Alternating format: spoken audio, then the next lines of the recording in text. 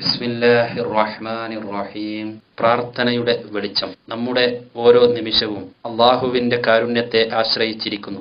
ഒരു കഴിവും നമ്മുടെ കയ്യിലില്ല. നമ്മുടെ ശ്വാസോച്ഛ്വാസം പോലും നമ്മുടെ അധീനതയിലില്ല. ഏത് നിമിഷവും അത് നിലക്കാം. അള്ളാഹുവിന്റെ നേരിട്ടുള്ള നിയന്ത്രണത്തിലാണ് നമ്മുടെ ജീവിതം. നിസ്സഹായനാണ് മനുഷ്യൻ. തന്റേതെന്ന് അവകാശപ്പെടാൻ ഒന്നുമില്ല. ഈ താൻ പോലും തന്റേതല്ല.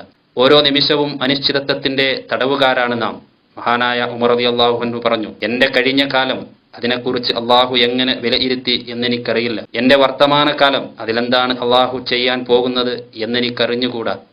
എന്റെ ഭാവി കാലം അതിലെന്താണ് അവന്റെ വിധി തീർപ്പെന്ന് എനിക്ക് പ്രവചിക്കുക സാധ്യമല്ല. മനുഷ്യർ ശക്തി സംഭരിക്കേണ്ടത് വിശ്വാസത്തിന്റെ ഊർജ സ്രോതസ്സിൽ നിന്നാണ്. വിശ്വാസം ദൈവത്തിന്റെ വരദാനമാകുന്നു. ശക്തനും അജയ്യനും പ്രതാപശാലിയും സർവജ്ഞനുമായ അള്ളാഹുവിന്റെ കൈകളിൽ തന്നെ ഏൽപ്പിച്ചു കൊടുക്കുന്ന വിശ്വാസി ധീരനും ദൃഢചിത്തനുമായി ജീവിത യാഥാർത്ഥ്യങ്ങളെ നേരിടുന്നു. വിശ്വാസിയെ അള്ളാഹുവുമായി ബന്ധിക്കുന്ന സുവർണ പാശമാണ് പ്രാർത്ഥന. ആകാശലോകത്തിന്റെ വാതിലുകളിൽ മുട്ടിവിളിക്കുന്ന പ്രാർത്ഥനയാണ് വിശ്വാസിയുടെ ആയുധം. മഹാനായ റസൂൽ കരീം സല്ലല്ലാഹു അലൈഹി വസല്ലമ പറഞ്ഞു, നിങ്ങൾ പ്രാർത്ഥനയിൽ അലംഭാവം കാണിക്കരുത്. പ്രാർത്ഥനയുള്ളവന് നാശം നേരിടേണ്ടി വരില്ല. പ്രാർത്ഥന നിർഭരമായ ജീവിതം നയിക്കുന്നവൻ ഭീരുവാവുകയില്ല. അവൻ ജീവിതത്തിൽ നിന്ന് ഒളിച്ചോടില്ല.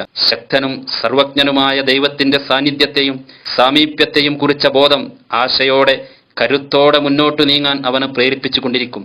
പ്രവാചകൻ സല്ലല്ലാഹു അലൈഹി വസല്ലമ പഠിപ്പിച്ചു, പ്രാർത്ഥന വിശ്വാസിയുടെ ആയുധമാകുന്നു, ദീനിന്റെ സ്തംഭമാകുന്നു, ആകാശഭൂമികളിലെ വെളിച്ചമാകുന്നു.